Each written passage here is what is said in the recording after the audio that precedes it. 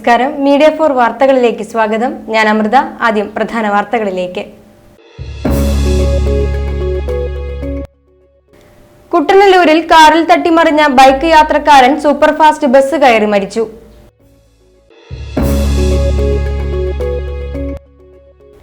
കാഞ്ഞാണിയിൽ നിന്നും കാണാതായ അമ്മയുടെയും കുഞ്ഞിന്റെയും മൃതദേഹം പുഴയിൽ കണ്ടെത്തി.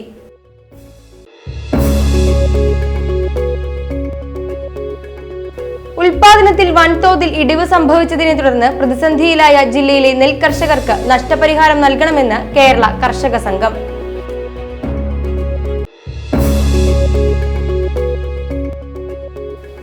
SSLC ഫലപ്രഖ്യാപനം മെയ് 8-നും ഹയർ സെക്കൻഡറി ഫലപ്രഖ്യാപനം 9-നും നടക്കും.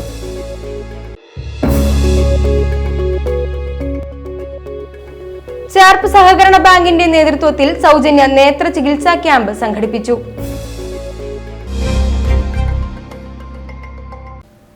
വാർത്തകൾ വിശദമായി. കുട്ടനല്ലൂരിൽ കാറിൽ തട്ടിമറിഞ്ഞ ബൈക്ക് യാത്രക്കാരൻ സൂപ്പർഫാസ്റ്റ് ബസ് കയറി മരിച്ചു. കല്ലൂർ സ്വദേശി കോമാട്ടിൽ ഹരിദാസിന്റെ മകൻ 32 വയസ്സുള്ള അരുൺദാസ് ആണ് മരിച്ചത്.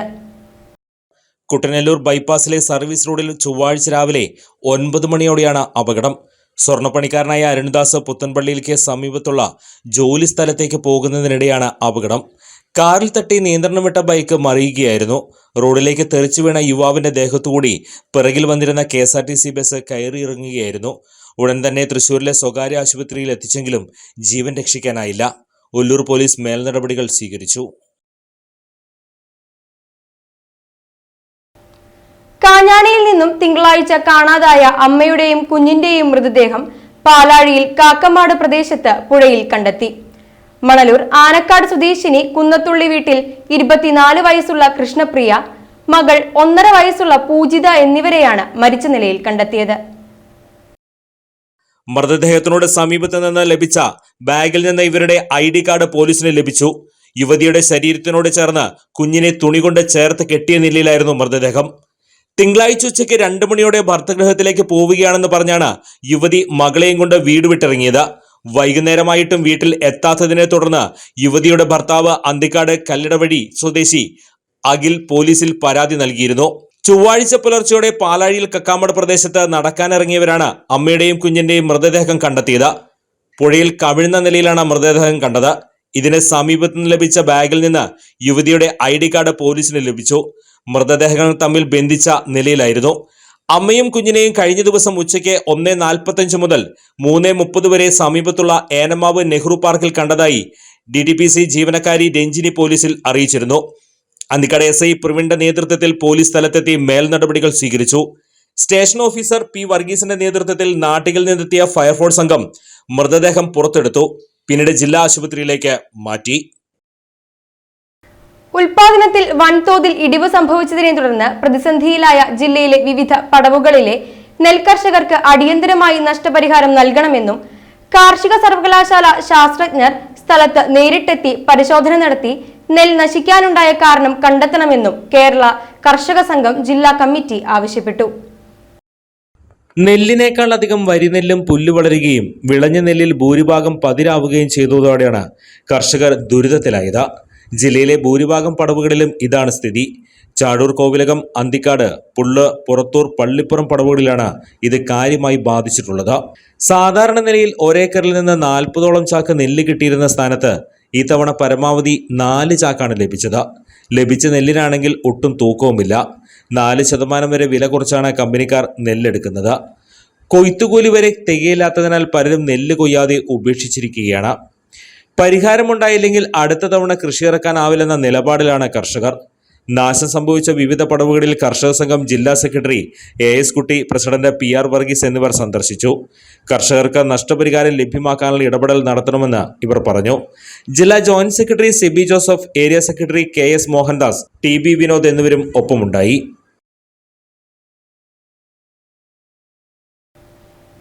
ചേർപ്പ് സഹകരണ ബാങ്ക്, നീതി മെഡിക്കൽ ലാബ്, ട്രിനിറ്റി കണ്ണാശുപത്രിയുടെയും ആഭിമുഖ്യത്തിൽ സൗജന്യ നേത്ര ചികിത്സാ ക്യാമ്പ് സംഘടിപ്പിച്ചു. Bank president CN Govindankutty camp ഉദ്ഘാടനം ചെയ്തു.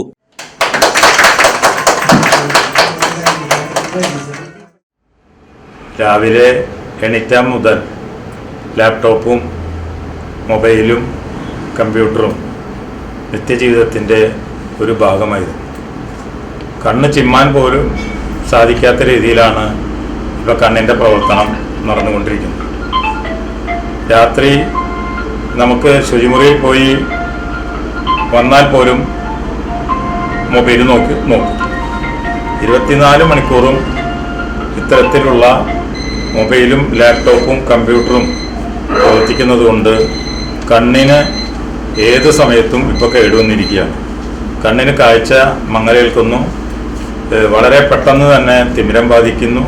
മറ്റ് കണ്ണിനുള്ള അസുഖങ്ങൾ തുടർച്ചയായി വന്നുകൊണ്ടിരിക്കുന്ന സാഹചര്യത്തിൽ ഇത്തരത്തിലുള്ള ക്യാമ്പുകളും ഐ വിഷൻ ട്രിനിറ്റി ഹോസ്പിറ്റൽ പോലെയുള്ള നിരവധി ആസ്പത്രികൾ ഇന്ന് നമ്മുടെ സമൂഹത്തിൽ ഉടലെടുത്ത് കഴിഞ്ഞിരിക്കുകയാണ്. പ്രതി വലിയങ്ങോട് റിനീഷ് എം ആർ, റീജാർ Johny, C Anitha, Edison P J, Latha Surendran, MS Rekha എന്നിവർ സംസാരിച്ചു. സാധാരണക്കാരന് ആവശ്യമായ ലോണുകളും അതോടൊപ്പം തന്നെ കൃഷിക്ക് ആവശ്യമായ വായ്പകൾ, ആരോഗ്യരംഗത്താണെങ്കിൽ നീതി മെഡിക്കൽ ഷോപ്പ്, ഇപ്പം നീതി ലാബ്, വളങ്ങൾക്ക് ആവശ്യം വള ഡെപ്പോ, എല്ലാ മേഖലകളിലും ചേർപ്പ് സർവീസ് സഹകരണ ബാങ്ക് ഇന്ന് തൻ്റേതായ വ്യക്തികളെ പതിപ്പിച്ചിരിക്കുന്നു. ഇവിടെ നിന്ന് തൃശ്ശൂർ ട്രിനിറ്റി ഐ ഹോസ്പിറ്റലുമായി ചേർന്ന് ഇങ്ങനൊരു സംരംഭം തുടങ്ങാമെന്ന രീതിയിൽ പറഞ്ഞപ്പോൾ വളരെ സന്തോഷമായി. കാരണം സാധാരണക്കാരെല്ലാവരും ഇപ്പോൾ നമ്മുടെ നീതി മെഡിക്കൽ ഷോപ്പിനെയാണ്, ലാബിനെയും മെഡിക്കൽ ഷോപ്പിനെയാണ് ഇപ്പോൾ അവർ മുഖ്യമായും ആശ്രയിക്കുന്നത്. അപ്പോൾ ഇങ്ങനൊരു പരിപാടി സംഘടിപ്പിക്കാൻ നമ്മളോട് കൂടി ചേർന്ന ഹോസ്പിറ്റലിന് ഞാൻ ആദ്യമായി വളരെ നന്ദി പ്രദർശിപ്പിക്കുകയാണ്.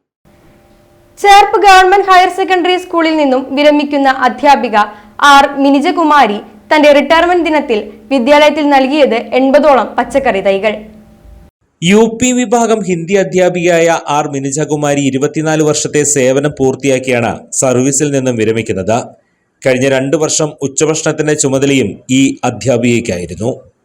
ഞങ്ങളുടെ കൂടെ വർക്ക് ചെയ്തിരുന്ന ഇവിടുത്തെ UPയിലെ ഹിന്ദി അധ്യാപികയായ മിനിജ ടീച്ചർ 24 വർഷത്തെ സേവനത്തിന് ശേഷം ഇന്ന് ഔദ്യോഗിക ജീവിതത്തിൽ നിന്നും വിരമിക്കുകയാണ്.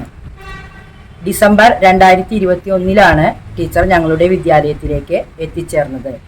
അന്നു മുതൽ ഇന്ന് വരെ ന്യൂൺമീലിൻ്റെ ചാർജ് ടീച്ചർക്കായിരുന്നു.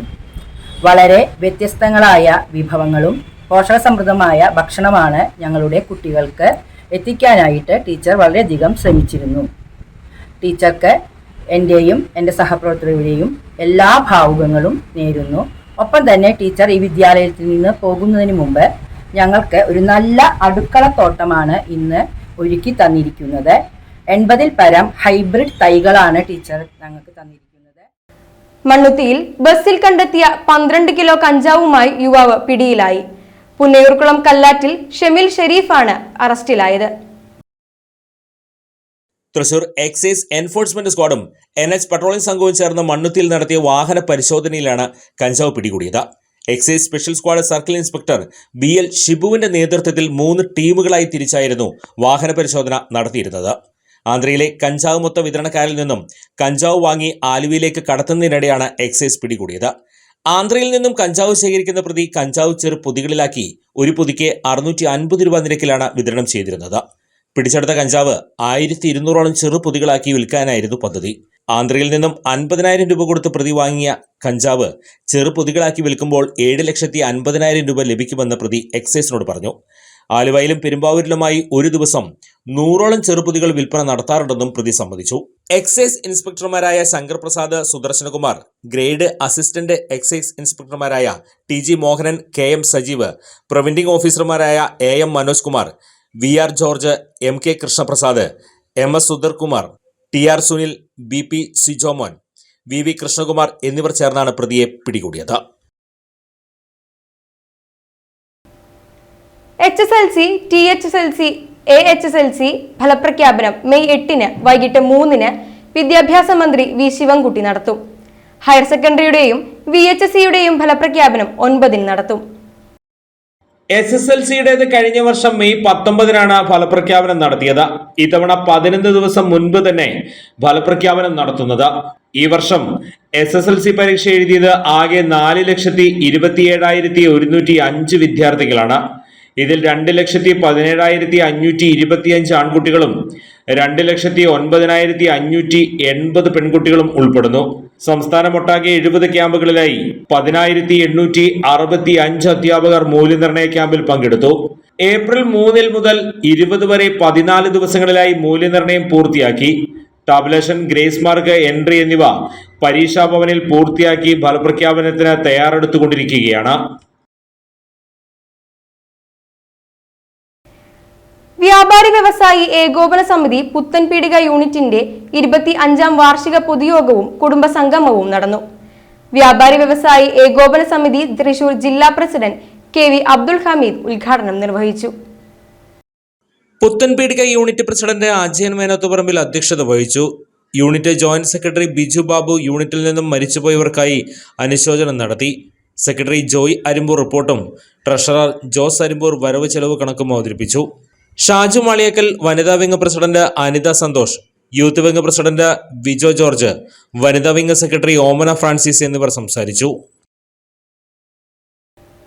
ചന്ദ്രം ചാർത്ത് നടക്കുന്ന മധ്യ കേരളത്തിലെ അപൂർവം ക്ഷേത്രങ്ങളിലൊന്നായ എറവ് മഹാവിഷ്ണു ക്ഷേത്രത്തിൽ ഈ വർഷത്തെ ദശാവതാരം ചന്ദന ചാർത്തിന് തുടക്കമായി. 7 വർഷമായി ഇവിടെ ചന്ദനം ചാർത്തി വരുന്നു.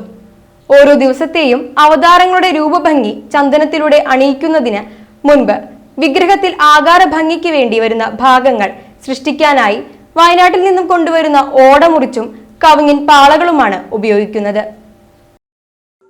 എറവ് ശ്രീ മഹാവിഷ്ണു ക്ഷേത്രത്തിലെ ഈ വർഷത്തെ ദശാവതാരം ചന്ദനചാർത്തിന് തുടക്കമായി. ദശാവതാരം ചന്ദനചാർത്ത് ചെയ്യുന്ന മധ്യകേരളത്തിലെ അപൂർവ ക്ഷേത്രങ്ങളിൽ ഒന്നാണ് എറവ് മഹാവിഷ്ണു ക്ഷേത്രം. ദൂരദേശങ്ങളിൽ നിന്നുവരെ ഭക്തർ ദർശനത്തിനായി ദശാവതാര ചന്ദനചാർത്ത് സമയത്ത് ഇവിടെ എത്തുന്നുണ്ട്.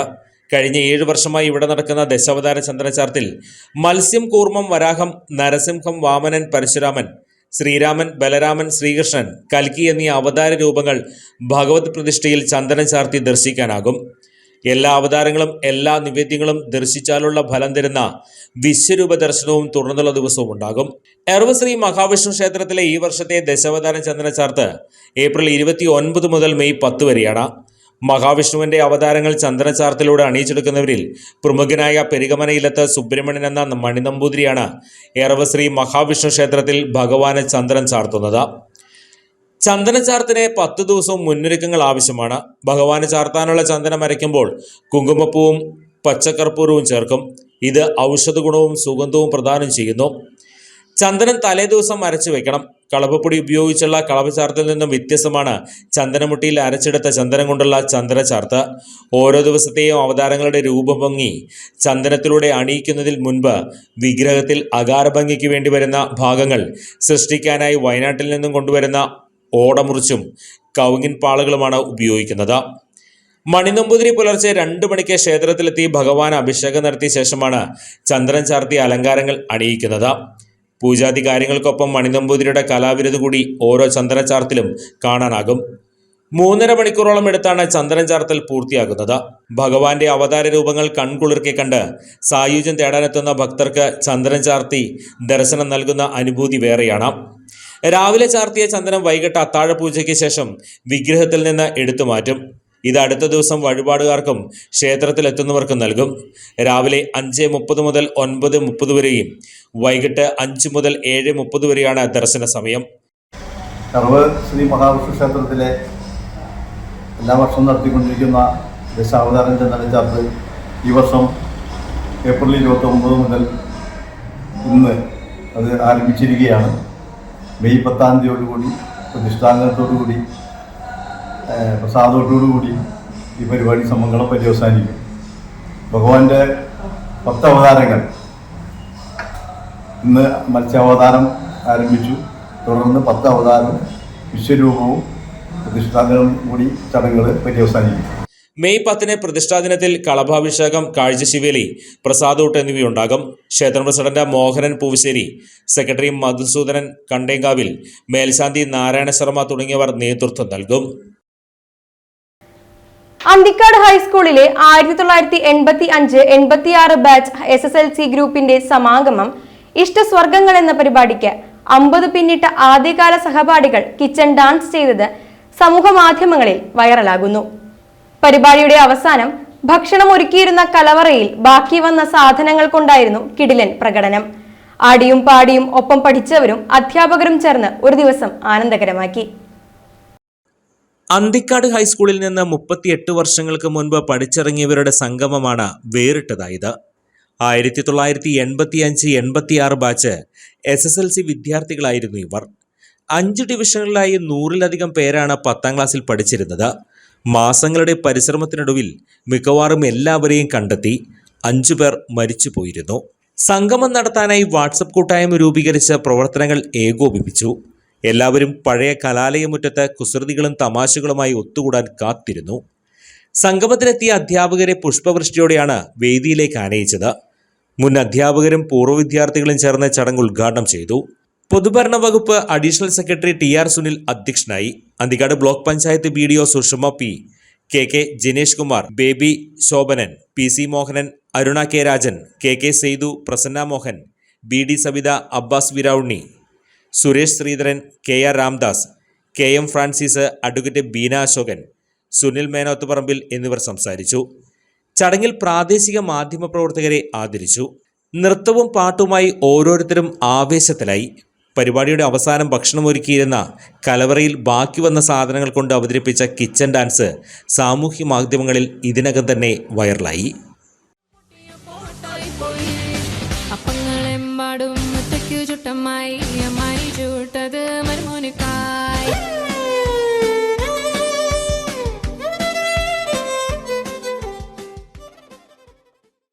ദേശീയപാതയിൽ നിന്നും ഇടറോഡിലേക്ക് തിരിച്ച ചരക്ക് ലോറി വഴിയിൽ കുടുങ്ങി. കയ്പമംഗലം ബോട്ട് സെന്ററിലാണ് സിമന്റുമായി വന്ന ലോറി കുടുങ്ങിയത്. സെന്ററിൽ നിന്നും പടിഞ്ഞാറ് ഭാഗത്തേക്ക് തിരിച്ച ലോറി വൈദ്യുതി പോസ്റ്റിൽ തട്ടിയാണ് മുന്നോട്ടും പിന്നോട്ടും പോകാനാകാതെ കുടുങ്ങിയത്. ഇന്ന് രാവിലെ 7 മണിക്ക് കുടുങ്ങിയ ലോറി 10 മണിയോടെയാണ് മാറ്റാൻ കഴിഞ്ഞത്. ദേശീയപാത വികസിപ്പിച്ചപ്പോൾ ഇടറോഡിന്റെ ഇരുവശത്തുമായി വൈദ്യുതി പോസ്റ്റുകൾ സ്ഥാപിച്ചതാണ് ലോറി കുടുങ്ങാൻ കാരണമെന്ന് പറയുന്നു. പലയിടത്തും സമാന രീതിയിൽ പോസ്റ്റുകൾ സ്ഥാപിച്ചിട്ടുണ്ട്. ഏതാനും ആഴ്ച മുമ്പ് കയ്പമംഗലം പഞ്ചായത്ത് ഓഫീസ് റോഡിലും ലോറി കുടുങ്ങിയിരുന്നു. പെരുമ്പലാവ് ചന്തയിൽ പോത്തിന്റെ ആക്രമണത്തിൽ 4 പേർക്ക് പരിക്ക്. പോത്തിനെ വിൽപ്പനയ്ക്കും വാങ്ങാനുമായി എത്തിയവർക്കാണ് പരിക്കേറ്റത്.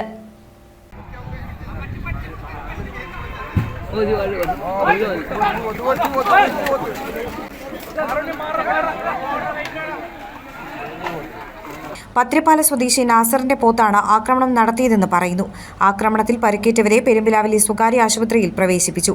കാട്ടക്കമ്പാൽ സ്വദേശി ഷഫ്ജീർ പോപ്പു, കീക്കറ സ്വദേശി റഷീദ് തുടങ്ങിയവർ ചേർന്നാണ് ഏറെ നേരത്തെ പരിശ്രമത്തിനൊടുവിൽ പോത്തിനെ തളച്ചത്.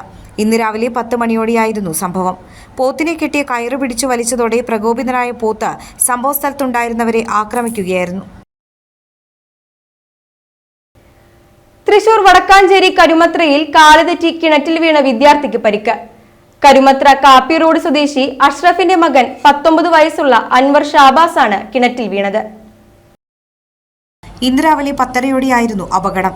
കിണർ വൃത്തിയാക്കാനെത്തിയ ജോലിക്കാർക്ക് ശ്വാസം കിട്ടാൻ കിണറ്റിലേക്ക് ഫാൻ കെട്ടിയിറക്കുന്നതിനിടയിലായിരുന്നു അപകടം. വടക്കാഞ്ചേരി ഫയർഫോഴ്സും നാട്ടുകാരും ചേർന്നാണ് യുവാവിനെ പുറത്തെടുത്ത് ആശുപത്രിയിൽ പ്രവേശിപ്പിച്ചത്.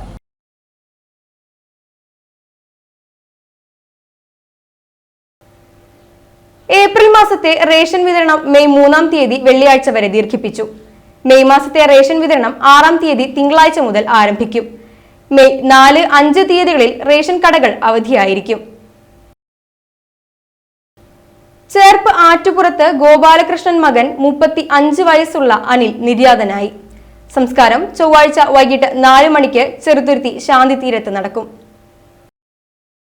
ചേർപ്പ് വടക്കൂട്ട് ഉമ്മാരുവളപ്പിൽ പുരുഷോത്തമൻ ഭാര്യ 68 വയസ്സുള്ള മീനാക്ഷി നിര്യാതയായി.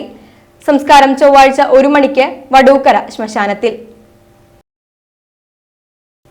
ഇനി ഇന്നത്തെ സ്വർണ്ണവില.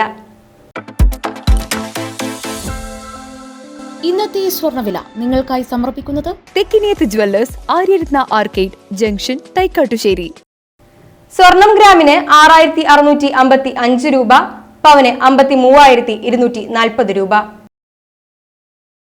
പ്രധാന വാർത്തകൾ വീണ്ടും.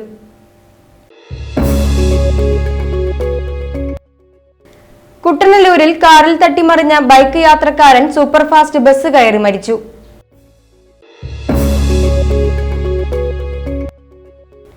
കാഞ്ഞാണിയിൽ നിന്നും കാണാതായ അമ്മയുടെയും കുഞ്ഞിന്റെയും മൃതദേഹം പുഴയിൽ കണ്ടെത്തി.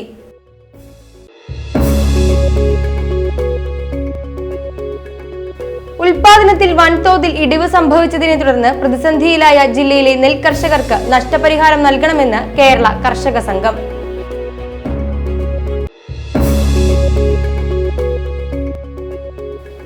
SSLC ഫലപ്രഖ്യാപനം മെയ് 8-നും ഹയർ സെക്കൻഡറി ഫലപ്രഖ്യാപനം 9-നും നടക്കും.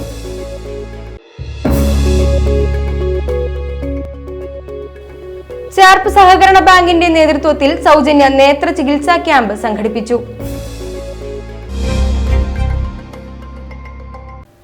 ഇതോടെ ഈ വാർത്താ ബുള്ളറ്റിൻ ഇവിടെ പൂർണ്ണമാകുന്നു. നമസ്കാരം.